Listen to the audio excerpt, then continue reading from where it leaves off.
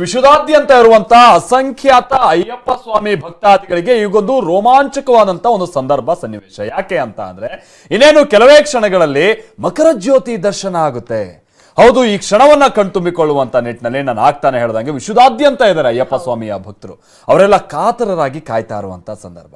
ಹಾಗಾದ್ರೆ ಈ ಮಕರ ಜ್ಯೋತಿಯ ವಿಶೇಷತೆ ಏನು, ಜೊತೆಗೆ ಈ ಮಾಲೆ ಹಾಕಿದಂತ ನಂತರದಲ್ಲಿ ಒಬ್ಬ ಮನುಷ್ಯನಲ್ಲಿ ನಾವು ಏನೆಲ್ಲ ಬದಲಾವಣೆಗಳನ್ನ ಗಮನಿಸಬಹುದಾಗಿರುತ್ತೆ, ವೈಜ್ಞಾನಿಕವಾಗಿ ಇದಕ್ಕಿರುವಂತ ಮಹತ್ವಗಳೇನೇನು, ಜೊತೆಗೆ ಆ ಹಿನ್ನೆಲೆ, ಅಯ್ಯಪ್ಪ ಸ್ವಾಮಿಯ ಹಿನ್ನೆಲೆ, ಆಮೇಲೆ ಅಷ್ಟೊಂದು ಅಸಂಖ್ಯಾತ ಭಕ್ತರು ಯಾಕೆ ಪ್ರತಿ ವರ್ಷ ಆ ಕಡೆಗೆ ಹೋಗ್ತಾರೆ.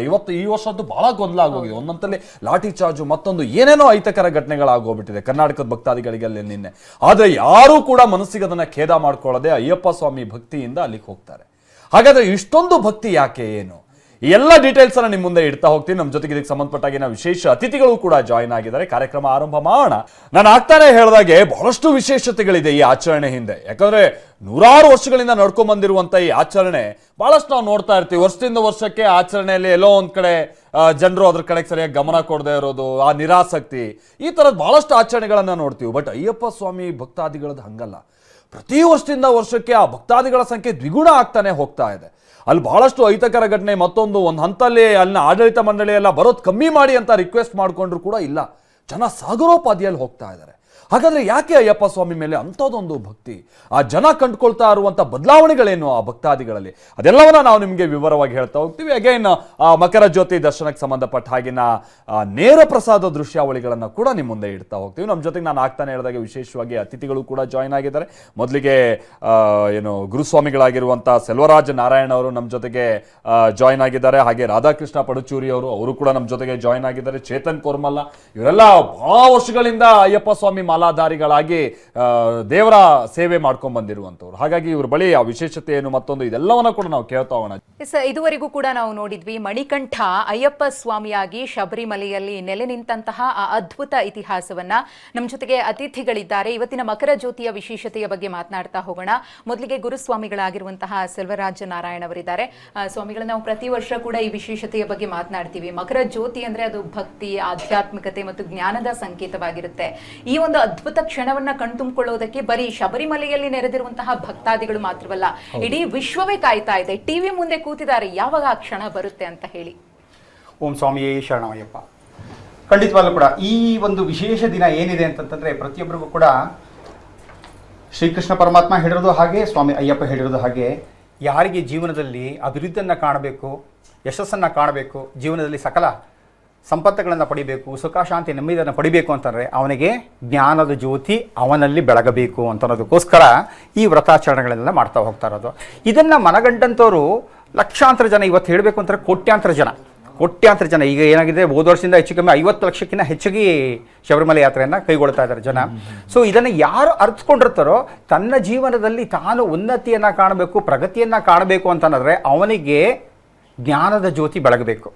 ಈ ಜ್ಞಾನದ ಜ್ಯೋತಿಯನ್ನು ಕೊಡುವಂತಹ ಈ ಕಲಿಗಾಲದಲ್ಲಿ ಇರುವಂಥ ಏಕೈಕ ದೈವ ಯಾರು ಅಂತಂದರೆ ಅದು ಸ್ವಾಮಿ ಅಯ್ಯಪ್ಪನಿಗೆ ಏನಂತ ಕರಿತೀವಿ ಅಂದರೆ ಗುರುಗಳ ಗುರು ಅಂತ ಕರಿತಿರ್ತೀವಿ.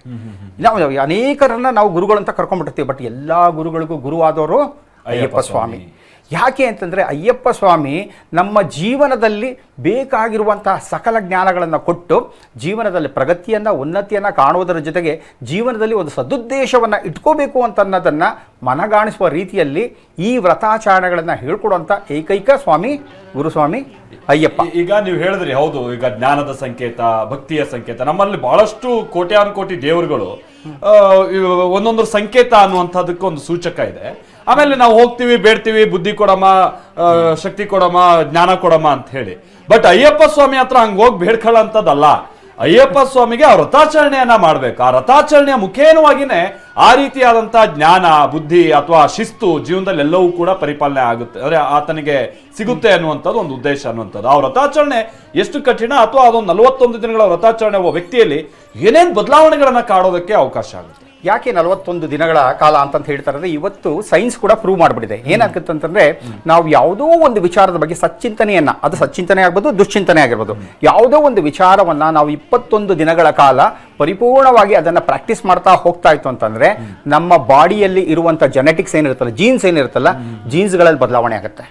ಸೊ ಅಂತರಲ್ಲಿ 21 ದಿನಕ್ಕೆ ಹೀಗಾಗೋದಾರೆ 41 ದಿನಗಳ ಕಾಲ ಸದಾ ಸಚ್ಚಿಂತನೆಯನ್ನ ಮಾಡ್ತಾ ಏನು ಸತ್ಸಂಗದಲ್ಲಿ ಇದ್ದುಕೊಂಡು ಜೀವನದಲ್ಲಿ ಸದುದ್ದೇಶಕ್ಕೋಸ್ಕರ ಬಾಳ್ತೋರಂಥ ವ್ಯಕ್ತಿಗೆ ಖಂಡಿತವಾಗ್ಲೂ ಅವರ ಜೀನ್ಸಲ್ಲಿ ಯಾವ ರೀತಿ ಬದಲಾವಣೆ ಆಗ್ಬಿಡುತ್ತೆ ಅಂತಂದ್ರೆ ಎಲ್ಲಾನು ಕೂಡ ಒಂದು ಪವಿತ್ರ ಆಗ್ತಾ ಹೋಗ್ತಾ ಇರ್ತದೆ.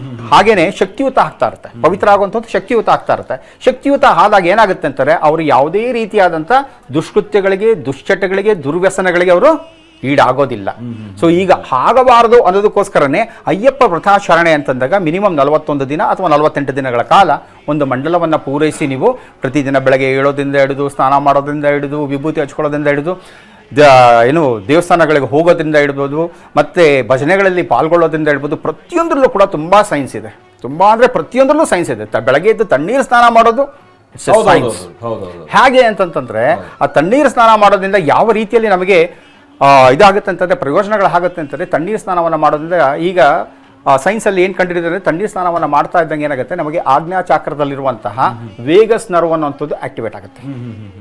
ಸೊ ಈ ವೇಗಸ್ ನರ್ವ್ ಯಾವಾಗ ಆಕ್ಟಿವೇಟ್ ಆಗುತ್ತೋ, vagus nerve is connected to each and every internal part of our body. ನಮ್ಮ ದೇಹದಲ್ಲಿರೋ ಪ್ರತಿಯೊಂದು ಅಂಗಾಂಗಗಳಿಗೂ ಕೂಡ ಅದು ಕನೆಕ್ಟ್ ಆಗಿದೆ. ಸೊ ಈ ವೇಗಸ್ ನರ್ವ್ ಆಕ್ಟಿವೇಟ್ ಆಗೋದಾಗ ಏನಾಗುತ್ತೆ, ಎಲ್ಲ ಅಂಗಾಂಗಗಳು ಕೂಡ ಏನಾಗುತ್ತೆ, ನಮಗೆ ಪುನಶ್ಚೇತನಗೊಳ್ಳುತ್ತೆ, ಶಕ್ತಿಯನ್ನು ಪಡೆಯುತ್ತೆ, ಚೈತನ್ಯವನ್ನು ಪಡುತ್ತೆ. ಹೀಗಾಗೋದ್ರಿಂದ ಮೊಟ್ಟ ಮೊದಲಾಗಿ ನಮ್ಗೆ ಸಿಗುವಂಥದ್ದೇನು, ಆರೋಗ್ಯ ಭಾಗ್ಯ, ಆರೋಗ್ಯ ಚೆನ್ನಾಗಿರುತ್ತೆ. ಸೊ ಸ್ವಾಮಿ ವಿವೇಕಾನಂದರು ಹೇಳ್ದಂಗೆ ಅದನ್ನ ಸ್ವಾಮಿ ವಿವೇಕಾನಂದರು ಅಯ್ಯಪ್ಪನ ನೋಡಿ ಹೇಳಿದ್ರು ಅನ್ಸುತ್ತೆ, A strong mind in a strong body ಅಂತ. ಬಾಡಿ ಸ್ಟ್ರಾಂಗ್ ಆಗಿತ್ತು ಅಂದರೆ ಮೈಂಡ್ ಸ್ಟ್ರಾಂಗ್ ಆಗಿರುತ್ತೆ. ಮೈಂಡ್ ಸ್ಟ್ರಾಂಗ್ ಆಗಿತ್ತು ಅಂದರೆ ನಮ್ಮ ಥಾಟ್ಸ್ ಸ್ಟ್ರಾಂಗ್ ಆಗಿರುತ್ತೆ. ನಮ್ಮ ಥಾಟ್ಸ್ ಸ್ಟ್ರಾಂಗ್ ಆಗಿತ್ತು ಅಂದರೆ ನನ್ನ ಡೀಲ್ಸು ಎಲ್ಲಾನು ಚೆನ್ನಾಗಿರುತ್ತೆ. ಸೊ ಈಗ ಆಗೋದ್ರಿಂದ ಏನಾಗುತ್ತೆ, ನಮಗೆ ಜೀವನದಲ್ಲಿ ಲಾಭ ತಾನೆ, ನಷ್ಟ ಅನ್ನೋಂಥದ್ದು ಏನೂ ಇಲ್ಲ. ಸೊ ವಿಭೂತಿ ಹಚ್ಚೋದ್ರಿಂದ ಹಿಡಿದು, ಹಣೆಗೆ ಕುಂಕುಮ ಹಚ್ಚೋದ್ರಿಂದ ಹಿಡಿದು, ಗಂಧ ಹಚ್ಚೋದ್ರಿಂದ ಹಿಡಿದು, ಪರಿಪಾದದಲ್ಲಿ ನಡೆಯೋದ್ರಿಂದ ಹಿಡಿದು, ನೀವು ಏನು ಬೇಕಾದ್ರೂ ತಗೊಳ್ಳಿ. ಅಯ್ಯಪ್ಪನ ವಳಿಪಾಡು ಅಂತ ಕರೀತಾರೆ ಈ ವ್ರತಾಚರಣೆನ, ವಳಿಪಾಡು ಅಂತಾರೆ. ಈ ವಳಿಪಾಡಲ್ಲಿ ನೀವು ಏನೆಲ್ಲ ಮಾಡ್ತಿರೋ ಎಲ್ಲವೂ ಕೂಡ ನಿಮ್ಮ ಜೀವನದ ಉನ್ನತಿಗಾಗಿನೇ ಹೊರತು ಆಗಿರುತ್ತದು. ಇನ್ನೊಂದಂದ್ರೆ ಮಧುಶ್ರೀ, ನಾವು ಈಗ ನಮ್ಮ ಊರ್ ಕಡೆ ಎಲ್ಲ ನಾವು ಗಮನಿಸ್ತಾ ಇರ್ತೀವಿ, ಈ ಬಾಳ ಕುಡ್ದು ಆತನ ಜೀವನನೇ ಹೋಗ್ಬಿಡ್ತು, ಮನೆ ಮಠ ಎಲ್ಲ ಮಾರ್ಕೊಂಬಿಟ್ಟ, ಬೀದಿಗೆ ಬಂದ್ಬಿಟ್ಟ ಅನ್ನೋ ವ್ಯಕ್ತಿನೂ ಕೂಡ ಎಷ್ಟೋ ಸಂದರ್ಭದಲ್ಲಿ ಆತನಿಗೆ ಅಯ್ಯಪ್ಪ ಮಾಲೆ ಹಾಕ್ಸ್ಬಿಡ್ತಾರೆ. ಅವನಿಗೆ ಅದೇನು ಹಾಕ್ಬೇಕು ಅನ್ಸುತ್ತೋ ಕುಟುಂಬದವ್ರು ಹಾಕ್ತಾರದು. ಬಹಳ ಮಂದಿ ಬದಲಾವಣೆ ಆಗಿರೋದನ್ನ ನೋಡಿದೀವಿ ಗುರುಸ್ವಾಮಿಗಳೇ. ಈ ತರದ ಒಂದು ಬದಲಾವಣೆ, ಒಬ್ಬ ಅಂಥ ಕುಡುಕ ಬಹಳ ವರ್ಷಗಳಿಂದ ಕುಡ್ಕೊಂಡು ಬಂದಂತ ವ್ಯಕ್ತಿಗೂ ಕೂಡ ಆತನ ಬದಲಾವಣೆ ತರೋದಕ್ಕೆ ಸಾಧ್ಯ ಆಗುತ್ತೆ ಅಂತ ಅಂದ್ರೆ ಆ ರಥಾಚರಣೆ ಶಿಸ್ತು ಹೇಗಿರುತ್ತೆ ಅಂತ? ಶಿಸ್ತು ಬಂದ್ಬಿಟ್ಟು ಸ್ಟಾರ್ಟಿಂಗ್ ಬಿಗಿನಿಂಗಲ್ಲಿ ತುಂಬ ಸ್ವಲ್ಪ ಕಷ್ಟ ಆಗುತ್ತೆ. ಎಷ್ಟು ದಿವಸ, 1 ದಿವಸ, 2 ದಿವಸ, 3 ದಿವಸ. 3 ದಿವಸ ಆದಮೇಲೆ ಏನಾಗುತ್ತೆ ಅಂದರೆ ಅದೇ ನಮ್ಮನ್ನು ಒಂಥರ ಎಳೆಯುತ್ತೆ. ಅಕಸ್ಮಾತ್ ಒಂದು 7 ದಿವಸ ಅದನ್ನ ಹಂಗೆ ಫಾಲೋ ಮಾಡಿದ್ವಿ ಅಂದರೆ ಆಮೇಲೆ ಮೊದಲು ನಾವು ಮಾಡದೆ ಹೆಂಗೊಂದು ಹ್ಯಾಬಿಟ್ ಆಗಿರುತ್ತೋ, ಇದು ಮಾಡೋದೊಂದು ಹ್ಯಾಬಿಟ್ ಆಗ್ಬಿಡುತ್ತೆ. ಕರೆಕ್ಟ್. ಅದು ಯಾಕೆ ಅಂದ್ರೆ ನಮಗೆ ಭಕ್ತಿ ಬರಬೇಕು ಅಂದ್ರೆ ಸ್ಯಾಕ್ರಿಫೈಸ್ ಅನ್ನೋದು ತುಂಬಾ ಇಂಪಾರ್ಟೆಂಟ್. ಸ್ಯಾಕ್ರಿಫೈಸ್ ಇದ್ರೇನೆ ಭಕ್ತಿ, ಆಸ್ಟರಿಟಿ ಇದ್ರೇನೆ ಭಕ್ತಿ, ಇಲ್ಲ ಅಂದ್ರೆ ಭಕ್ತಿ ಬರೋದಿಲ್ಲ. ಯಾವಾಗ ಆ ಒಂದು ಪಾತ್ಗೆ ನಾವು ಹೋಗ್ತೀವೋ, ಹೇಳ್ತಾರಲ್ಲ, ನಾವು ಒಂದು ಹೆಜ್ಜೆ ಇಟ್ಟರೆ ದೇವರು ನಮ್ಮ ಜೊತೆ 10 ಹೆಜ್ಜೆ ಇಡ್ತಾನಂತೆ. ಸೊ ಅದು ಒಂದು ಪ್ರಾಕ್ಟಿಕಲ್ ಆಗಿ ಈ ಅಯ್ಯಪ್ಪ ಸ್ವಾಮಿ ವ್ರತದಲ್ಲಿ ಪ್ರೂವ್ ಆಗುತ್ತೆ. ನೀವು ಹೇಳ್ದಂಗೆ ಕುಡುಕರು ಕೂಡ ಒಂದು ಒಳ್ಳೆ ಪಾತಗೆ ಬಂದ್ಬಿಡ್ತಾರೆ. ಅದ್ರ ಜೊತೆಗೆ ಈಗ ಅಯ್ಯಪ್ಪ ಮಾಲಾಧಾರಿಗಳು ಮಾಲೆಯನ್ನ ಹಾಕೋದ್ರ ಜೊತೆಗೆ ಎಷ್ಟು ಕಟ್ಟುನಿಟ್ಟಿನ ಆಚರಣೆಗಳನ್ನ ಪಾಲಿಸ್ತಾರೋ, ಇರುಮುಡಿ ಅನ್ನೋದು ಕೂಡ ಅಷ್ಟೇ ಪ್ರಮುಖ ಪಾತ್ರವನ್ನು ವಹಿಸುತ್ತೆ. ಇರುಮುಡಿಯನ್ನ ಹೊತ್ತೇ ಅಯ್ಯಪ್ಪ ಸ್ವಾಮಿ ಸನ್ನಿಧಿಗೆ ಹೋಗ್ಬೇಕಾ? ಅದರ ಹಿನ್ನೆಲೆ ಏನಂತ ಸ್ವಾಮಿಗಳ? ಹಿರುಮುಡಿಯಲ್ಲಿ ನಮಗೆ ದಾರಿಗೆ ಏನು ಬೇಕೋ ಅದೆಲ್ಲ ಒಂದು ಕಡೆ ಇರುತ್ತೆ.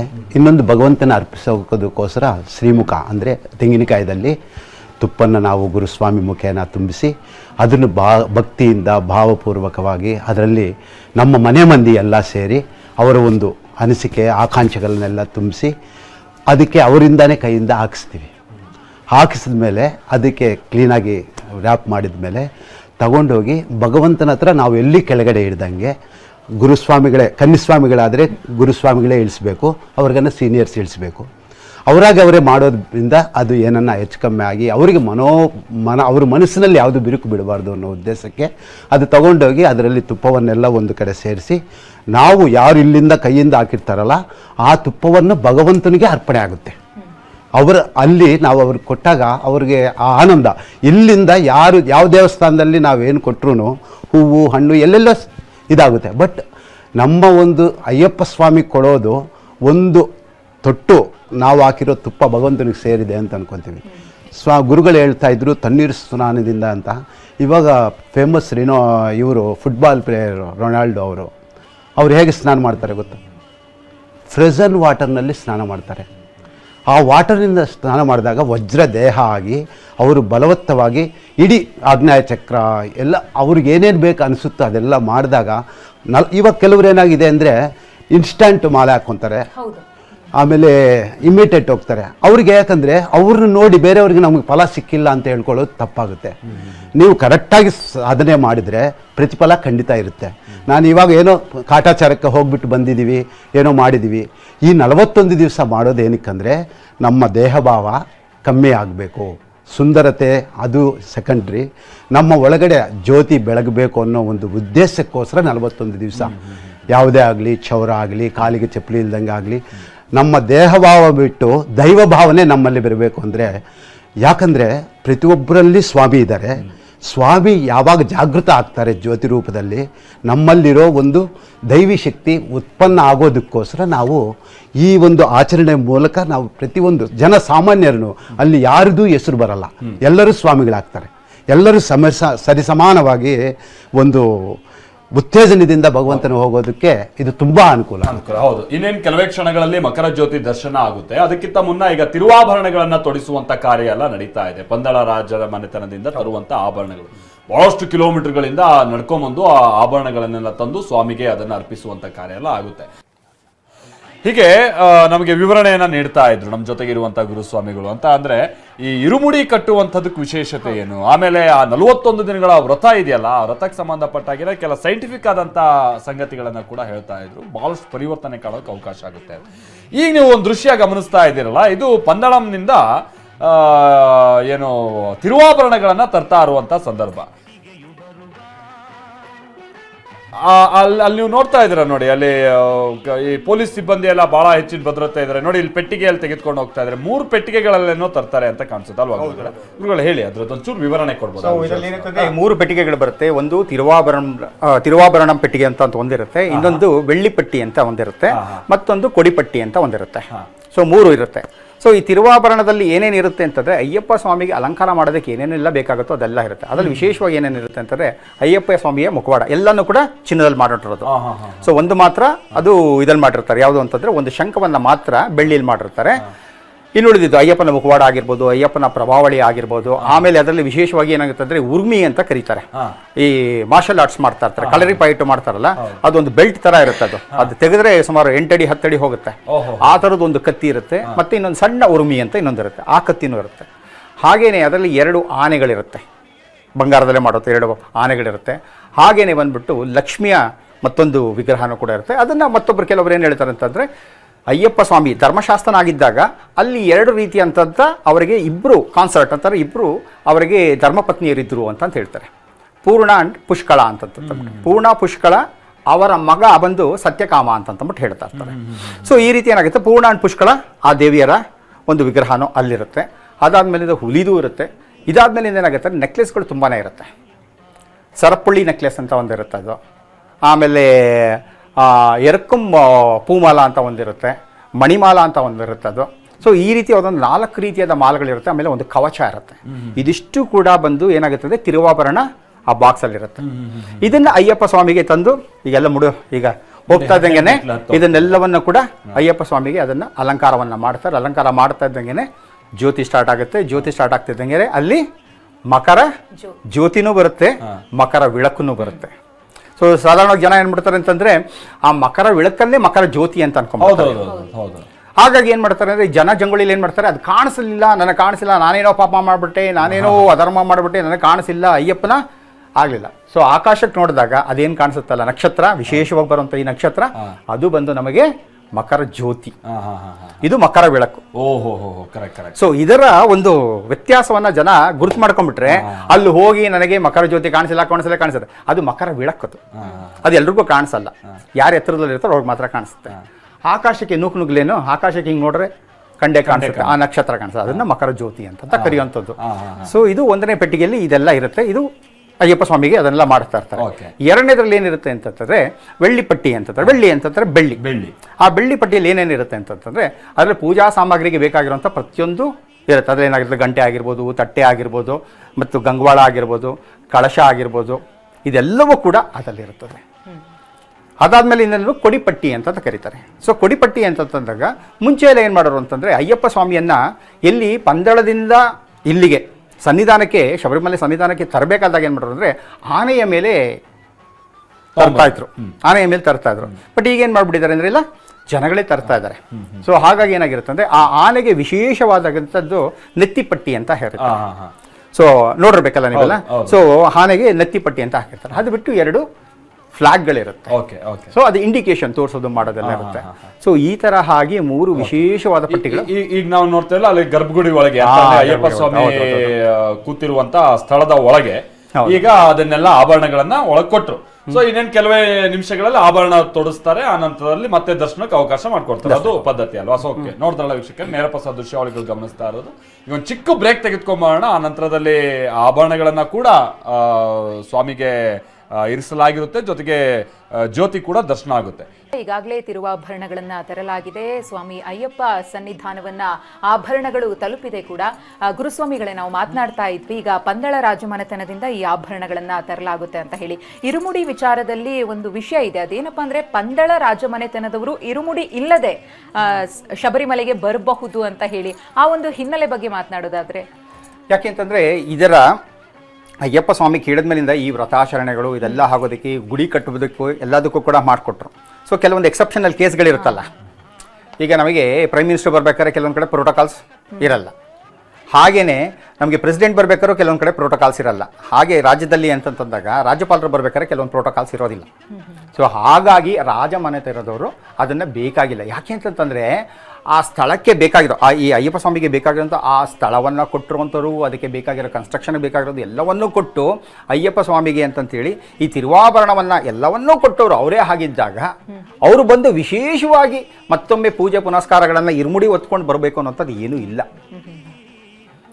ಸೊ ಹಾಗಾಗಿ ಅವ್ರಿಗೆ ಒಂದು ಎಕ್ಸೆಪ್ಷನಲ್ ಕೇಸ್ ಇದ್ದೇ ಇದನ್ನ ಕೆಲವರು ಒಂದು ಭಾವೈಕ್ಯತೆ ಸಂಕೇತ ಅಂತಾನೂ ಹೇಳ್ತಾರೆ. ಬೇರೆ ಧರ್ಮದವರು ಕೂಡ ಈ ಮಾಲೆ ಹಾಕ್ತಾರೆ, ಈ ಆಚರಣೆ ಮಾಡ್ತಾರೆ ಅಂತಾನೂ ಕೂಡ ಹೇಳ್ತಾರೆ. ಜೊತೆಗೆ ಅಲ್ಲಿ ಹೋಗುವಂತ ಸಂದರ್ಭದಲ್ಲಿ ವಾವರ್ ಮಸ್ಜಿದ್ ಅನ್ನುವಂಥದ್ದು ಕೂಡ ಇದೆ ಆ ದೇಗುಲದ ಹತ್ರನೇ. ಆ ಮಸೀದಿಗೆ ಹೋಗಿ ಅಲ್ಲಿಗೆ ಹೋಗ್ಬೇಕು ಅಂತಾನೂ ಕೂಡ ಕೆಲವರು ಹೇಳ್ತಾರೆ. ಅದಕ್ಕೆ ಹೇಳ್ತಾ ಇರ್ತೀನಲ್ಲ, ನಮ್ಮ ಭಾರತ ದೇಶ ಎಂತ ಒಂದು ದೇಶ, ಸುಂದರವಾದ ದೇಶ, ಇಡೀ ಪ್ರಪಂಚಕ್ಕೆ ಬೇಕಾಗಿರುವಂತ ಅತ್ಯುತ್ತಮ ಸಂದೇಶವನ್ನು ಕೊಡುವಂತ ಏಕೈಕ ರಾಷ್ಟ್ರ ಯಾವುದು ಅಂತಾರೆ ನಮ್ಮ ಭಾರತ. ಏನ್ ಹೇಳುತ್ತಂದ್ರೆ, ನೀ ಪಾಲಿಸು ಯಾವುದೇ ಮತ, ನೀ ಪಾಲಿಸು ಯಾವುದೇ ಮತ, ಅದರಲ್ಲಿರಲಿ ಲೋಕದ ಹಿತ. ಸರ್ವ ಮತಕ್ಕಿಂತಲೂ ಉತ್ತಮವಾದುದು ಮನುಜ ಮತ. ಇದನ್ನು ಸಾರುವ ಪಾಲಿಸುವ ಏಕೈಕ ರಾಷ್ಟ್ರ ಈ ನನ್ನ ಭಾರತ ಅಂತ.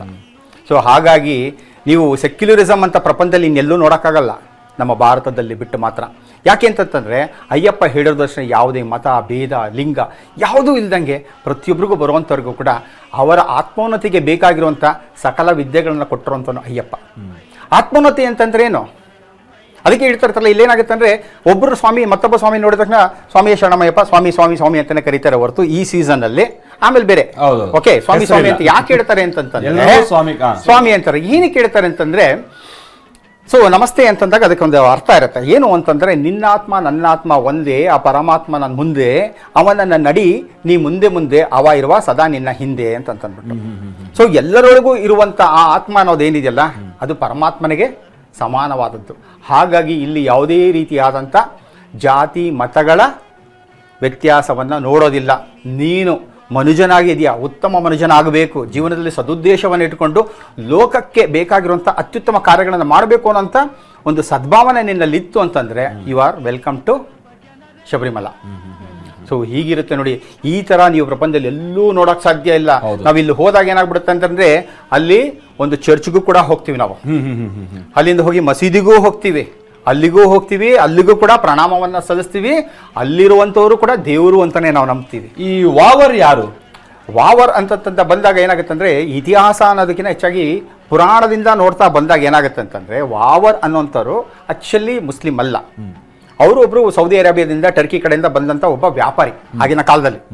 ಸೊ ಇದೇನಾಗುತ್ತೆ ಅಂದ್ರೆ ಅಯ್ಯಪ್ಪ ಸ್ವಾಮಿ ಇತಿಹಾಸ ಅಂತ ತೆಗೆದುಕೊಳ್ಳ್ಕೊಂಡ್ರೆ 2000 ವರ್ಷಗಳ ಹಿಂದಿನಿಂದ ಬಂದಿದೆ ಅಂತ. ಹೌದು ಹೌದು ಹೌದು. ಸೊ ಈ ಬೆಲ್ಲ ಬಂದಿರೋದು 1400 ವರ್ಷಗಳಿಂದ ಬಂದಿರೋಂಥದ್ದು. ಅದಕ್ಕೆ ಮುಂಚೆ ವಾವರ್ ಅನ್ನೋಂಥವ್ರು ಬಂದರು ಅಂತ ಒಂದು ಹೇಳುತ್ತೆ. ವಾವರ್ ಅನ್ನೋಂಥವ್ರು ಅವ್ರು ಬಂದರು, ಅವರ ಬಗ್ಗೆ ಏನು ಮುಸ್ಲಿಂ ಆಗಿರಲಿಲ್ಲ, 1400 ಇದರಲ್ಲಿ ಅಂದರೆ 500ನೇ ಇಸ್ವಿಲಿ ಶುರು ಆಗಿದ್ದು ಅಂತಂತ ಬಂದರು.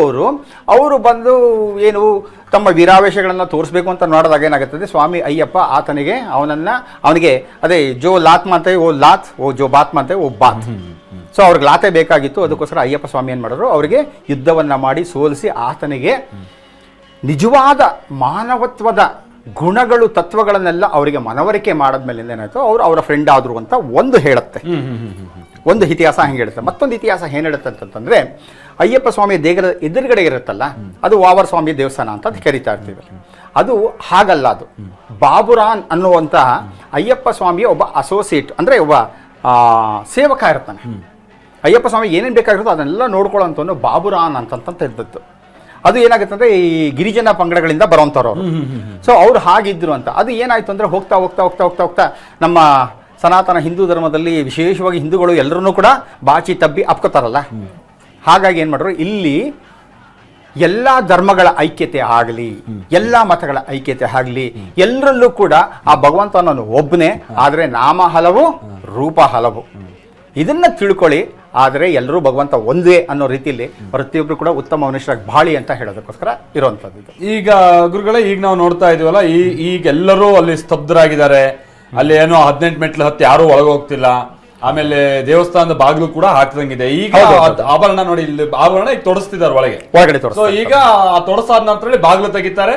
ಹೌದು, ಜ್ಯೋತಿ ದರ್ಶನ ಆಗುತ್ತೆ. ಜ್ಯೋತಿ ದರ್ಶನ ಆಗುತ್ತೆ. ಇಲ್ಲಿ ದೀಪಾರಾಧನೆ ಆಗುತ್ತೆ. ಇಲ್ಲಿ ಇಲ್ಲಿ ಈ ನಂತರದಲ್ಲಿ ಯಾರು ನೋಡಕ್ ಹೋಗ್ತಾರೋ ಅವರಿಗೆ ಆಭರಣ ಹಾಕೊಂಡಿರುವಂತ ಅಯ್ಯಪ್ಪ ಸ್ವಾಮಿ ದರ್ಶನ ಆಗುತ್ತೆ. ಇನ್ನು ಎಷ್ಟು ದಿನ ಇವತ್ತು ಆಭರಣ ಹಾಕಿದ್ದ ಅಯ್ಯಪ್ಪ ಸ್ವಾಮಿ ದರ್ಶನ ಇವತ್ತು ನಾಳೆಗೆಲ್ಲ ತೆಗೆದು ಬಿಡ್ತಾರೆ. ನಾ ಅದಕ್ಕೋಸ್ಕರ ಏನ್ ಹೇಳೋದು ಅಂತಂದ್ರೆ, ಇದನ್ನ ಪ್ರತಿ ವರ್ಷ ನವೆಂಬರ್ 16ರಿಂದ ಇಲ್ಲಿಗೆ ಬರೋದಕ್ಕಿಂತ ಮುಂಚೆ 3 ದಿನ ಅಲ್ಲೂ ತನಕ ಹೆಚ್ಚು ಕಮ್ಮಿ ಅಂತಂದ್ರೆ ಜನವರಿ 11ನೇ ತಾರೀಕು ತನಕ, ಈ ವರ್ಷದ ಲೆಕ್ಕ ತಗೊಂಡ್ರೆ ನವೆಂಬರ್ 16ರಿಂದ ಜನವರಿ 11ನೇ ತಾರೀಕು ತನಕ ಕೂಡ ಪಂದಳ ರಾಜ್ಯದಲ್ಲಿರುವ ಸ್ಕಂಬಿಕಲ್ ಫೋರ್ಟ್ ಅಂತ ಒಂದಿದೆ. ಆ ಜಾಗದಲ್ಲಿ ಇಟ್ಟಿರ್ತಾರೆ. ಯಾರಿಗೆ ಇಲ್ಲಿ ದರ್ಶನ ಆಗ್ಲಿಲ್ಲ, ನೋಡಕ್ಕಾಗ್ಲಿಲ್ಲ, ನಾನು ಪುನೀತನಾಗ್ಲಿಲ್ಲ, ನನ್ನಲ್ಲಿ ಎಂಥದೋ ಒಂದು ಭಾವನೆ, ಏನೋ ನಾನೇನೋ ಪಾಪ ಮಾಡ್ಬಿಟ್ಟೆ, ನಾನು ನೋಡಕ್ ಹಾಗೆಲ್ಲ ಏನಿಲ್ಲ. ಅಂಥವ್ರು ಏನ್ ಮಾಡ್ಬೋದು ಅಂತಂದ್ರೆ, ಆ ಜಾಗದಲ್ಲಿ ಹೋಗಿ ಪ್ರತಿ ವರ್ಷ ನವೆಂಬರ್ 16ರಿಂದ ಹೆಚ್ಚು ಕಮ್ಮಿ ಜನವರಿ 11, 12ನೇ ತಾರೀಕು ತನಕ ಅಲ್ಲಿ ಇಟ್ಟಿರ್ತಾರೆ ಪ್ರದರ್ಶನಕ್ಕೆ. ಅಲ್ಲಿ ಹೋಗಿ ನೋಡಿ ಪುನೀತರಾಗ್ಬೋದು ಅಂತ. ಪಂದಳದಲ್ಲಿರುವಂತ ಸ್ಕಂಬಿಕಲ್ ಫೋರ್ಟ್ ಅಂತ ಒಂದಿದೆ. ಆ ಫೋರ್ಟ್ ಅಲ್ಲಿ ಅದನ್ನ ಇಟ್ಟಿರ್ತಾರೆ. ಸೊ ಅಲ್ಲಿ ಹೋಗಿ ಅದನ್ನ ಜನಗಳಿಗೆ ದರ್ಶನ ಆಗ್ಲಿ ಅಂತಾನೆ ಇಟ್ಟಿರ್ತಾರೆ.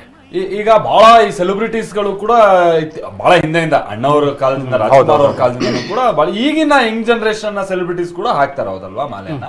ಈಗ ಅಲ್ಲಿ ಈಗ ನಾನು ಒಂದ್ ಬಾರಿ ಹೋಗಿದ್ದೀನಿ, ನನ್ಗೇನು ಅನುಭವಕ್ಕೆ ಬಂದಿಲ್ಲ. ಯಾಕಂದ್ರೆ ನಾವೇನು ಇದನ್ನ ಬಹಳ VIP ಅನ್ನುವಂಥದಕ್ಕೆ ನಮ್ಗೆ ಅಲ್ಲಿ ಹೋಗೋದೇ ಸೇರೋದೇ ಕಷ್ಟ ಆಗೋಯ್ತು. ಅಲ್ಲೂ ಈ VIP ಸಂಸ್ಕೃತಿ ಇದೆಯಾ, ಅಥವಾ ಎಲ್ಲರೂ ಒಂದೇ ಭಾವನೆ ಅನ್ನುವಂತ ರೀತಿಯ ಕ್ಯೂ ಅಲ್ಲಿ ನಿಂತೆ ಹೋಗ್ಬೇಕಾ? ಹಿಂಗೆ ಇಲ್ಲ, ಕೆಲವೊಂದು ಏನಾಗ್ಬಿಡುತ್ತೆ ಅಂದ್ರೆ VIP ಅಲ್ಲ, ನಾನ್ ಕಂಡಾಗೆ ಸಾಕಷ್ಟು ಸಿನಿಮಾ ಸ್ಟಾರ್ಗಳು, ನಾನು ಹೋದಾಗ ಸಾಕಷ್ಟು ಸಿನಿಮಾ ಸ್ಟಾರ್ಗಳು ಬಂದಿರೋ, ಅವರೆಲ್ಲ ನಮ್ಮ ಜೊತೆಗೆ ಬಂದಿದ್ರು ಅವರೆಲ್ಲ. ಯಾಕಂದ್ರೆ ಅವರು ಎಲ್ಲರಲ್ಲೂ ನಾನು ಒಬ್ಬ ಅನ್ನೋ ರೀತಿಲಿ ಬಂದ್ರೆ ಅದು ಓಕೆ. ಹೌದು. ಕೆಲವೊಬ್ಬರಿಗೆ ಏನಾಗುತ್ತದೆ, ಪ್ರೋಟೋಕಾಲ್ ಇರುತ್ತಲ್ಲ. ಫಾರ್ ಎಕ್ಸಾಂಪಲ್ ಹೇಳ್ತಾರೆ, ಈಗ ಚೀಫ್ ಮಿನಿಸ್ಟರ್ ಬಂದಿರ್ಬೋದು, ಯಾವುದೋ ಮಿನಿಸ್ಟರ್ ಬಂದಿರ್ಬೋದು, ಏನೋ ಇರುತ್ತೆ, ಅವರಿಗೆ ನಮಗಿನ ಹೆಚ್ಚಾಗಿ ಜವಾಬ್ದಾರಿಗಳಿರುತ್ತೆ, ಕೆಲಸಗಳಿರುತ್ತೆ ಅನ್ನೋದಕ್ಕೋಸ್ಕರ ಏನಾಗುತ್ತೆ ಅಂದ್ರೆ ಅವರಿಗೆ ವಿಶೇಷವಾಗಿ ಒಂದು ಸಂದರ್ಭದಲ್ಲಿ ಕರ್ಕೊಂಡ್ ಬರ್ತಾರೆ, ತೋರ್ಸ್ಕೊಂಡು ಹೊರಟಾಗ್ತಾರೆ. ಹಾಗಾಗಿ ಸಾಧಾರಣ ನಾನು ಕಂಡಂಗೆನೆ ಈ ಜನರಲ್ ಪಬ್ಲಿಕ್ಗೆ ಅಲ್ಲಿ ದರ್ಶನಕ್ಕೆ ಯಾವುದೇ ರೀತಿಯಾದ ತೊಂದರೆಗಳನ್ನ ಮಾಡಿಲ್ಲ. ಈಗ ಈ ಕಪ್ಪು ಬಟ್ಟೆ, ಈಗ ಯಾಕಂದ್ರೆ ಈಗ ರಾಧಾಕೃಷ್ಣ ಪಡಚೂರಿ ಅವರು ಕಪ್ಪು ಬಟ್ಟೆನೇ ತೊಟ್ಟಿರೋದಕ್ಕೆ, ಈ ರಥಾಚರಣೆಗೂ ಕಪ್ಪು ಬಟ್ಟೆಗೂ ಇರುವಂತ ಸಂಬಂಧ ಏನು ಅಂತ. ಯಾಕಂದ್ರೆ ಬಹುತೇಕ ಸಂದರ್ಭದಲ್ಲಿ ರಥಾಚರಣೆ ಮಾಡೋರು ಕಪ್ಪು ಬಟ್ಟೆಯನ್ನು ಹಾಕೊಂಡಿರ್ಬೇಕು. ಏನು ಇಲ್ವಾ, ಒಂದು ಶಲ್ಯ ಆದ್ರೂ ಕಪ್ಪು ಬಟ್ಟೆ ಹಾಕೊಂಡಿರ್ಬೇಕು, ಒಂದು ಶಾಲು ಅಂತ ಹೇಳ್ತಾರೆ. ಏನ್ ಕಪ್ಪು ಬಟ್ಟೆ ಯಾಕೆ? ಇವಾಗಲೇ ನಾವು ಮಾತಾಡ್ದಂಗೆ ನಮ್ಮ ವೇಷ ನಮ್ಮ ಅಹಂಕಾರವನ್ನು ತೋರಿಸುತ್ತೆ, ಅಥವಾ ನಮ್ಮ ಉನಿಕೆಯನ್ನು ಪ್ರಸ್ತುತಿಯನ್ನು ತೋರಿಸುತ್ತೆ. ಇವಾಗ ಅನ್ಕೊಳ್ಳಿ, ತಾವು ಹೇಳ್ದಂಗೆ ಎಲ್ಲರೂ ಸಮಾನವಾ ಅಂತ ಮಾತು ಬಂದಾಗ ಎಲ್ಲರೂ ಕಪ್ಪೆ ಧರಿಸ್ತಾರೆ. ಕಪ್ಪು ಧರಿಸಿದಾಗ ಅಂದರೆ ಅವರು ಹಿರಿಯ ಕಿರಿಯ, ಉಳ್ಳವನು ಬಲ್ಲವನು ಅಂತ ಏನೂ ಇಲ್ಲದೆ ಎಲ್ಲರೂ ಸರಿಸಮಾನವಾಗಿ ಅವರು ಸ್ವಾಮಿ, ನಾವು ಸ್ವಾಮಿ, ನಿಮ್ಮಲ್ಲಿರೋ ಸ್ವಾಮಿಯೇ ನಮ್ಮಲ್ಲಿರೋನು ಅಂತೇಳಿ ಸರ್ವೇ ಸಾಮಾನ್ಯವಾಗಿ ನಿಮ್ಗೆ ಆ ಕಪ್ಪು ಧರಿಸಿದಾಗ ಏನಾಗುತ್ತೆ, ನಮ್ಮ ಅಹಂಕಾರ ಚಿತ್ತ ಎಲ್ಲ ತಣ್ಣಗಾಗಿ ನಮ್ಮಲ್ಲಿರೋ ಒಂದು ಜ್ಞಾನಶಕ್ತಿ ಉದ್ರಿಕ್ತವಾಗಿ ಮತ್ತು ಬೆಳಗಿ ನಮ್ಮಲ್ಲಿ ಒಳ್ಳೆ ಒಳ್ಳೆ ಡಿಸಿಷನ್ಸ್ ಆಫ್ಟರ್ 41 ಡೇಸ್ ನಾವು ಮಾಡಿದ ಮೇಲೆ ಒಳ್ಳೆ ಡಿಸಿಷನ್ಸ್ ತಗೊಳ್ಳೋಕ್ಕೆ ನಮಗೆ ತುಂಬ ಅನುಕೂಲವಾದ ಸಮಯ. ಆಮೇಲೆ ತಮಗೆ ನೋಡ್ದಂಗೆ ಪ್ರಕೃತಿನೂ ಈ ಸಮಯದಲ್ಲಿ ನೇಚರ್ ಜೊತೆಯಲ್ಲಿ ನಾವು ಹೆಂಗೆ ಹೊಂದ್ಕೋಬೇಕು. ಇವಾಗ 7 ಗಂಟೆ 8 ಗಂಟೆ ಆದ್ರೂ ಇವಾಗ 18-19 ವರ್ಷ ಮಕ್ಕಳು ಎದ್ದೋಳಕ್ಕಾಗಲ್ಲ ಚಳಿಯಲ್ಲಿ, 12 ಚಳಿ ಬಿಟ್ಟು ಅಂತಲ್ಲಿ 4:15 ಎದ್ದು ತಣ್ಣೀರು ಸ್ನಾನ ಮಾಡಿ, ನಾನು ಇವಾಗಲೇ ಹೇಳಿದ್ರಲ್ಲ ರೊನಾಲ್ಡೋ ಅವರು ಫ್ರೋಜನ್ ವಾಟರ್ನಿಂದ ಸ್ನಾನ ಮಾಡಿ ವಜ್ರದೇಹ ಮಾಡ್ಕೊಂಡು ಇಡೀ ಪ್ರಪಂಚದಲ್ಲಿ ಅವರು ಒಂದು ಮೊನ್ನೆ ಇದರಲ್ಲಿ ನೋಡ್ತಾ ಇದ್ರು 10 ಒಂದು ಫೋಟೋ ತಗೊಳಕ್ಕೆ 10 ಲಕ್ಷ ರೂಪಾಯಿ ಚಾರ್ಜ್ ಮಾಡಿದ್ರು. ಏನಾಗುತ್ತೆ ಅಂತಂದ್ರೆ ನೋಡಿ, ಇಲ್ಲಿ ಕಪ್ಪು ಅಂತಂದಾಗ ಶನಿ ಆಯ್ತಲ್ಲ. ಸೊ ಶನಿ ಮಹಾತ್ಮ ಎಲ್ರಿಗೂ ಕೂಡ 7 ವರ್ಷ ಹಿಡದೆ ಹಿಡ್ಕೊತಾನೆ ಅಂತ ತಂದ್ಬಿಟ್ಟು 19 ವರ್ಷ ಜಾತಕದ ಪ್ರಕಾರ ನೋಡ್ರೆ 19 ವರ್ಷ ಶನಿ ಹಿಡ್ಕೊತಾನೆ ಅಂತ ಇಲ್ದಿರೆ ಸಾಡೆ ಸಾತಿ ಅಂತ ಬರ್ತದೆ. ಸೊ ಈ ರೀತಿ ಸಾಡೆ ಸಾತಿ ಹಿಡ್ಕೊಂಡಾಗ ಮಾಡಿದಾಗ ಏನಾಗ್ಬಿಡುತ್ತೆ, ಮನುಷ್ಯನ ಜೀವನದಲ್ಲಿ ಅಲ್ಲೋಲ ಕಲ್ಲೋಗಳಾಗ್ಬಿಡುತ್ತೆ. ಹೀಗೆಲ್ಲ ಆದಾಗ ಏನಾಗ್ಬಿಡುತ್ತೆ ಅಂದ್ರೆ ಅಯ್ಯಪ್ಪ ಸ್ವಾಮಿಗೂ ಮತ್ತು ಶನಿ ಮಹಾತ್ಮನಿಗೂ ಒಂದು ಅಗ್ರಿಮೆಂಟ್ ಆಗುತ್ತೆ. ಏನು ಅಂತಂತಂದ್ರೆ ಅಯ್ಯಪ್ಪ ಸ್ವಾಮಿ ಹೇಳ್ತಾ ಇರ್ತಾರೆ, ಯಾರು ನನ್ನ ನಂಬಿ ನನ್ನ ವ್ರತಾಚರಣೆಯನ್ನ ಮಾಡಿ ಯಾರು ಬರ್ತಾರೋ ಅವರಿಗೆ ನೀನು ಯಾವುದೇ ರೀತಿಯಲ್ಲಿ ಕಾಟ ಕೊಡಬಾರದು. ಸಾಡೆ ಸಾತಿ ಅಲ್ಲ, 19 ವರ್ಷನೂ ಇಲ್ಲ, ಸಾಡೆ ಸಾತಿನೂ ಇಲ್ಲ. ಆಂಜನೇಯ ಮತ್ತು ಶನಿ ಮಹಾತ್ಮ ಹಂಗೆ. ಸೊ ಈ ರೀತಿ ಹೇಳಿದಾಗ ಏನಾಗುತ್ತೆ ಅಂದ್ರೆ ಏನ್ ಮಾಡ್ಲಿ ಅಂತಂದ್ರೆ ನೋಡು 41 ದಿನ ಬಾಗ್ಲು ತೆರೆದ್ರು. ವಿವರಿಸಿ. ಸೊ ನೋಡಿ, ಈಗ ಏನಾಗಿರ್ತದೆ, ಪರಿಪೂರ್ಣವಾಗಿ ಎಲ್ಲ ರೀತಿಯಾದ ಅಲಂಕಾರಗಳನ್ನ ನಾನು ಏನು ಹೇಳ್ತಾನಿಲ್ಲ, ತಿರುವಾಭರಣವನ್ನ ಏನು ತಂದಿರ್ತಾರಲ್ಲ ಆ ತಿರುವಾಭರಣವನ್ನ ಅಲಂಕಾರವನ್ನ ಮಾಡ್ತಾ ಇದ್ದಂಗೆ ಅಲ್ಲೇನಾಗುತ್ತೆ, ಮಹಾಮಂಗಳಾರತಿ ಶುರು ಆಗುತ್ತೆ. ಮಹಾಮಂಗಳಾರತಿ ಶುರು ಆಗುತ್ತಿದ್ದಂಗೆನೆ ನಮಗಲ್ಲಿ ಮಕರ ವಿಳಕನ್ನ ಹಚ್ತಾರೆ. ಮಕರ ಜ್ಯೋತಿ ಆಲ್ರೆಡಿ ಬಂದ್ಬಿಟ್ಟಿರುತ್ತೆ.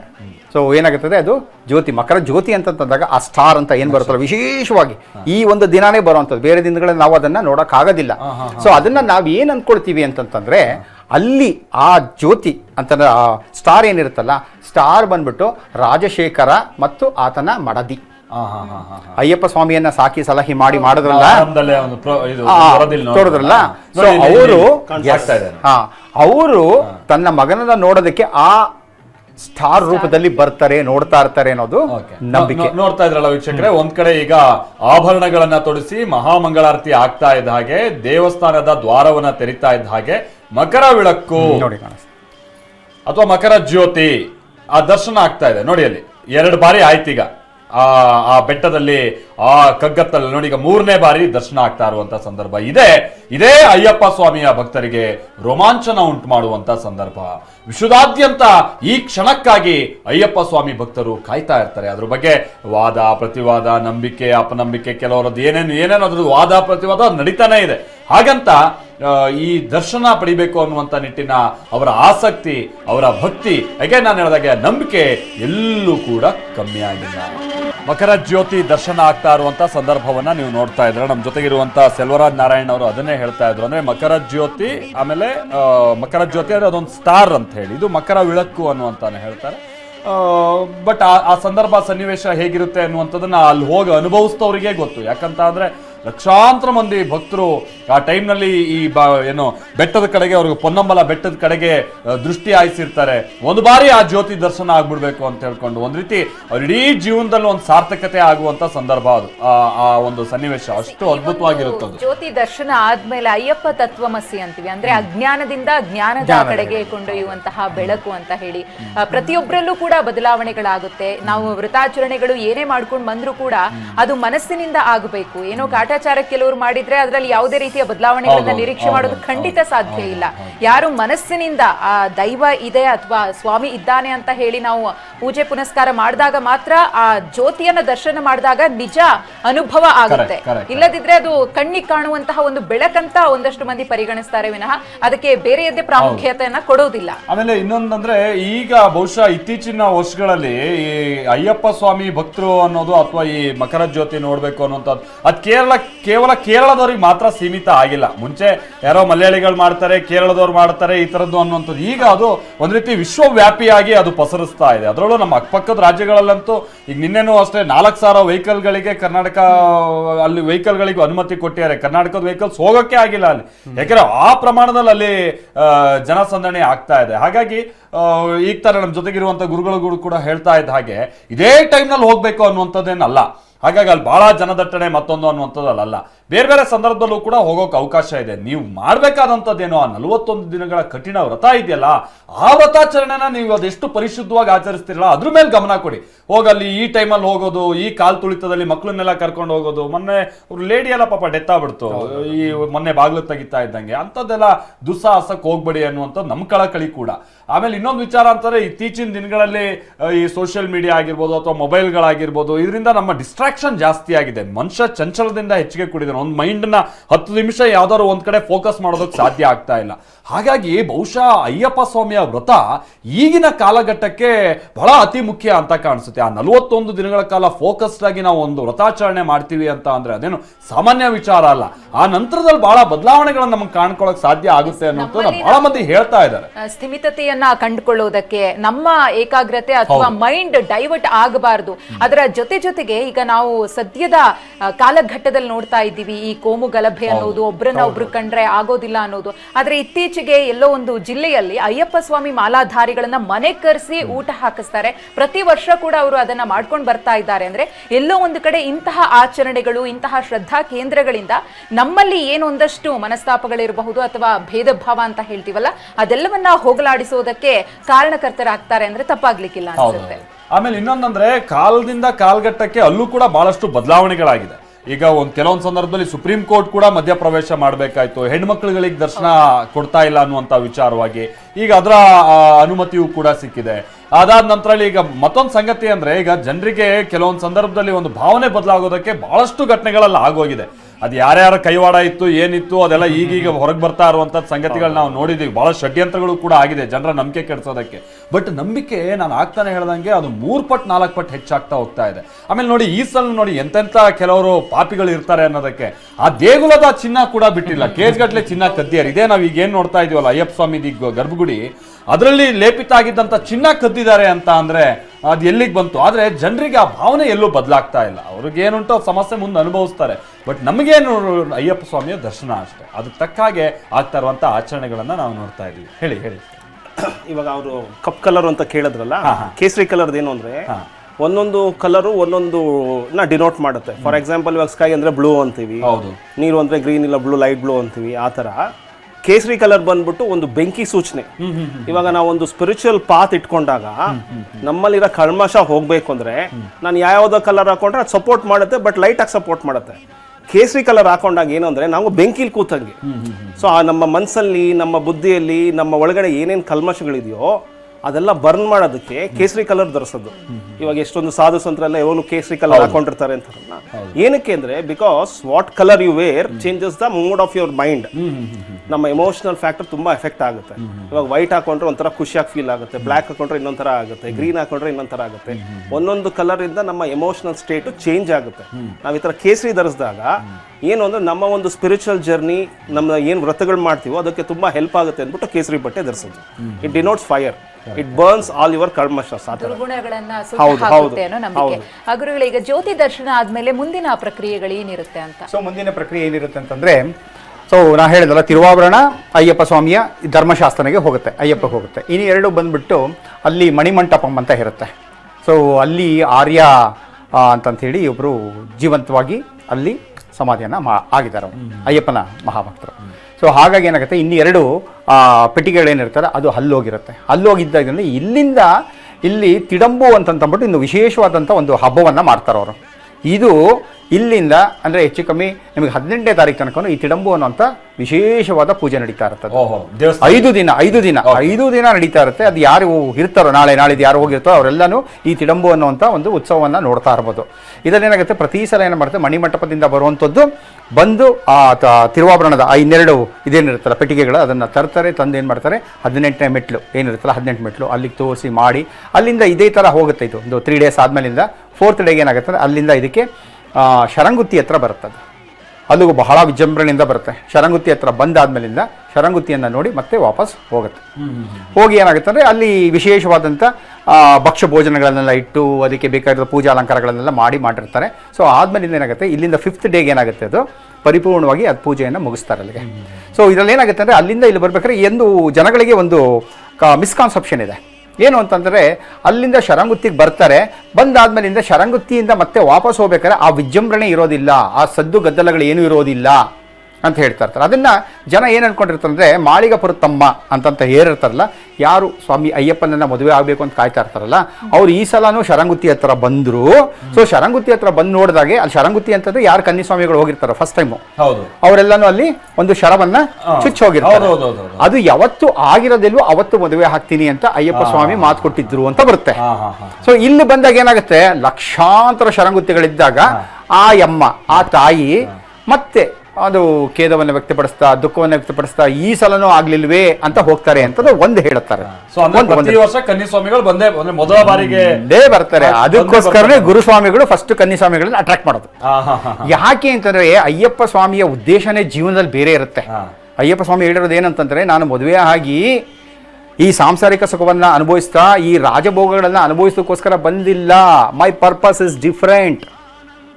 ನನ್ನ ಉದ್ದೇಶನೇ ಬೇರೆ ಆಗಿದೆ. ಏನು ಅಂತಂತಂದ್ರೆ ದಿಕ್ಕು ಕಾಣದ ಜನಗಳಿಗೆ, ದಾರಿದ್ರ್ಯದಲ್ಲಿ ಇರುವಂತಹ ಜನಗಳಿಗೆ, ಶಿಸ್ತಿಲ್ಲದ ಜನಗಳಿಗೆ, ಶಿಷ್ಟಾಚಾರವಿಲ್ಲದಿರೋ ಜನಗಳಿಗೆ, ಬರೀ ಕಷ್ಟಗಳನ್ನೇ ಕಷ್ಟಕೋಟಗಳನ್ನ ಅನುಭವಿಸ್ತಾರಂಥ ಜನಗಳಿಗೆ ಸರಿಯಾದ ಸನ್ಮಾರ್ಗವನ್ನು ತೋರಿಸಿ ಜೀವನದಲ್ಲಿ ಅವರನ್ನ ಉನ್ನತಿಗೆ ತೆಗೆದುಕೊಂಡು ಹೋಗುವಂಥ ಕಾರ್ಯಕ್ಕೋಸ್ಕರ ನಾನು ಬಂದಿರೋದು. ಮದುವೆ ಆಗ್ಬಿಟ್ರೆ ಆಗ್ಬಿಡುತ್ತೆ, ಹಾಗಾಗ್ಬಿಟ್ಟು ತನ್ನ ಸಂಸಾರ ತಾನು ನೋಡ್ಕೊಂಡು ಸ್ವಾರ್ಥಿ ಆಗ್ಬೇಕಾದ ಇಲ್ಲ, ನಿಸ್ವಾರ್ಥತೆಯಿಂದ ಜಗತ್ತಿನ ಸೇವೆಯನ್ನ ಮಾಡಬೇಕು ಅಂತ ಬಂದಿರೋದು. ಹಾಗಾಗಿ ಇಡೀ ಜಗತ್ತಲ್ಲಿ ಇವತ್ತು ಅಯ್ಯಪ್ಪನಿಗೆ ಇಷ್ಟು ಜನ ಭಕ್ತಾದಿಗಳು ಬರ್ತಾ ಇರುವಂಥದ್ದು. ಸೊ ಅದಕ್ಕೋಸ್ಕರ ಅಯ್ಯಪ್ಪ ಸ್ವಾಮಿ ಹೇಳುವಂಥದ್ದು ಅದೇನೆ, ಜೀವನದಲ್ಲಿ ಒಂದು ಪರ್ಪಸ್ ಅನ್ನ ಇಟ್ಕೊಳ್ಳಿ ಅಂತ ಹೇಳ್ತಾರೆ. ಯಾರಿಗೆ? ನಮಗೆ. ಯಾರೆಲ್ಲ ಜೀವನದಲ್ಲಿ ಒಂದು ಪರ್ಪಸ್ ಇಟ್ಕೊಳ್ತಾರೆ ಅವರಿಗೆ ಪವರು ಬರುತ್ತೆ, ಪ್ರಾಸ್ಪರಿಟಿನೂ ಬರುತ್ತೆ, ಪೀಸು ಬರುತ್ತೆ. ಚೇತನ್ ಕರ್ಮಲ್ ಅವರೇ, ಕೊನೆಯದಾಗಿ ಈ ಒಂದು ಭಕ್ತಗಣಕ್ಕೆ ಸಂಬಂಧಪಟ್ಟ ಹಾಗೆ ನೀವು ನೋಡುವಂತಹ ಸಂದರ್ಭದಲ್ಲಿ ಹೇಗೆ ನಿಮಗೂ ಕೂಡ ಒಂದು ಅಚ್ಚರಿ ಆಗುತ್ತೆ, ಜೊತೆಗೆ ವ್ರತಾಚರಣೆಗೆ ಸಂಬಂಧಪಟ್ಟ ಹಾಗೆ ನಾನು ಮಾಡಬೇಕು ಬೇಡ ಅನ್ನುವಂಥ ಗೊಂದಲದಲ್ಲಿ ಇರ್ತಾರೆ. ಯಾರು ಮಾಡಬೇಕು, ಯಾರಿಗೆ ಅದು ಸಾಧ್ಯ ಆಗಲ್ಲ, ಆ ಥರದ್ದು ಯೋಚನೆ ಕೆಲವರಿಗೆ ಇದ್ದಂಥ ಸಂದರ್ಭದಲ್ಲಿ ಈ ವ್ರತ ಅನ್ನೋದು 90% ಅವ್ನ ಕಾಲಿಂಗು, 10% ನಮ್ಮ ಕಾಲಿಂಗು.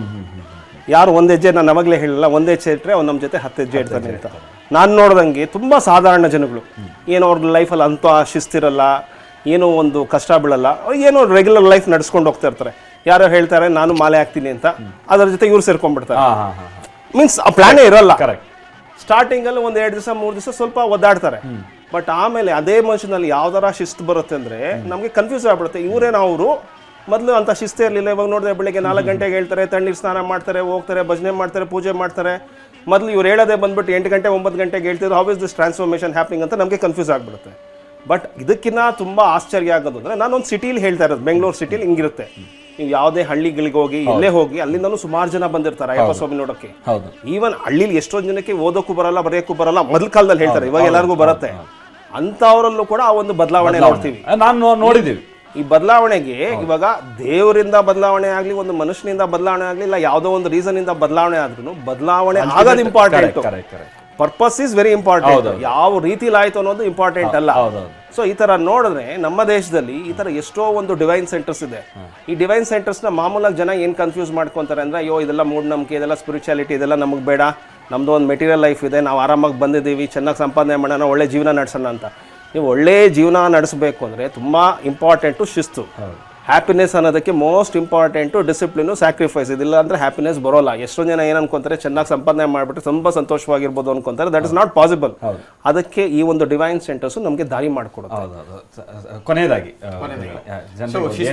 ಶಿಸ್ತು ಅಂತ ಹೇಳ್ತಾರಲ್ಲ, ಸೊ ಶಿಸ್ತು ಅಂತಂದಾಗ ಹೇಳ್ತಾ ಇರ್ತೇನೆ, ಅಯ್ಯಪ್ಪ ಸ್ವಾಮಿಯ ವ್ರತಾಚರಣೆನ ಮಾಡ್ತಾ ಹೋದಾಗೆ ಮನುಷ್ಯನಿಗೆ ಬರುವಂಥದ್ದು ಶಿಸ್ತು.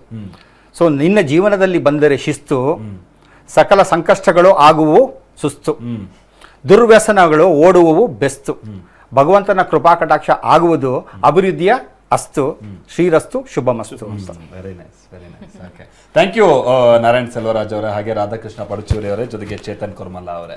ಒಂದು ಅದ್ಭುತವಾದಂಥ ಕ್ಷಣ ನಾವೀಗ ಕಣ್ತುಂಬಿಕೊಂಡಂಥದ್ದು. ನಾನು ಆಗ್ತಾನೆ ಹೇಳಿದಾಗೆ ಆ ಸ್ಥಳದಲ್ಲಿ ನಿಂತು ಅದನ್ನು ನೋಡಿದಂಥ ಸಂದರ್ಭನೇ ಅದು ಎಷ್ಟೊಂದು ರೋಮಾಂಚನವಾಗಿರುತ್ತೆ ಅನ್ನುವಂಥದ್ದನ್ನು ಒಂದು ಅನುಭವಕ್ಕೆ ಬರೋದಕ್ಕೆ ಸಾಕ್ಷಿ ಆಗುತ್ತೆ. ಹೀಗಾಗಿ ಈ ಬಾರಿ ಮಕರ ಜ್ಯೋತಿ ದರ್ಶನ ಬಹಳ ಉತ್ತಮವಾಗಿದೆ. ಆಮೇಲೆ ಜನ ಕೂಡ ಅಷ್ಟೇ, ಈಗ ತಾನೇ ನಮ್ಮ ಜೊತೆಗಿರುವಂಥ ಗುರುಸ್ವಾಮಿಗಳು ಹೇಳ್ದಂಗೆ ಇದೇ ಟೈಮಲ್ಲಿ ಹೋಗಬೇಕು ಅಂತ ನೂಕು ಯಾಕಂದ್ರೆ ನಾವು ನಿನ್ನೆನೂ ನೋಡ್ಬಿಟ್ಟಿದ್ದೀವಿ, ನೀವು ಟಿವಿನಲ್ಲಿ ಗಮನಿಸಿರ್ಬೋದು, ಲಾಠಿ ಡಿಸ್ಚಾರ್ಜ್ ಎಲ್ಲ ಆಗ್ಬಿಟ್ಟಿದೆ. ಬಹಳ ಬೇಸರ ಆಗುತ್ತೆ ಭಕ್ತಾದಿಗಳ ಮೇಲೆಲ್ಲ ಹಿಂಗೆ ಆದಂತ ಸಂದರ್ಭದಲ್ಲಿ. ಬಟ್ ಯಾಕೆ ಅನಿವಾರ್ಯ ಆಗ್ಬಿಟ್ಟಿದೆ ಅಲ್ಲಿನ ಸನ್ನಿವೇಶ ಸುಧಾರಿಸುವಂತ ನಿಟ್ಟಲ್ಲಿ. ಹಾಗಾಗಿ ತಿಂಗಳು ನಿಮ್ಗೆ ಹೋಗಿ ನೋಡೋಕೆ ಅವಕಾಶ ಇರುತ್ತೆ.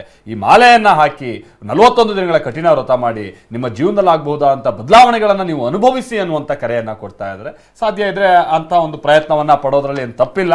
ಅಂತ ಪ್ರಯತ್ನ ಪಟ್ಟು ಬದಲಾವಣೆ ಕಾಣೋದಕ್ಕೆ ನಿಮ್ಗೊಂದು ಅವಕಾಶ ಇದೆ. ಹಾಗಾಗಿ ನೋಡಿ ಅನ್ನುವಂಥ ನಮ್ಮ ಕಳಕಳಿ. ಎಸ್, ಇನ್ನು ಸರ್ವರಿಗೂ ಕೂಡ ಅಯ್ಯಪ್ಪ ಸ್ವಾಮಿ ಒಳಿತನ್ನ ಮಾಡಲಿ ಅಂತ ಹೇಳ್ತಾ ಈ ವಿಶೇಷ ಕಾರ್ಯಕ್ರಮವನ್ನು ಮುಗಿಸ್ತಾ ಇದ್ದೀವಿ. ನಿರಂತರ ಸುದ್ದಿಗಾಗಿ ನೋಡ್ತಾ ಇರಿ TV9.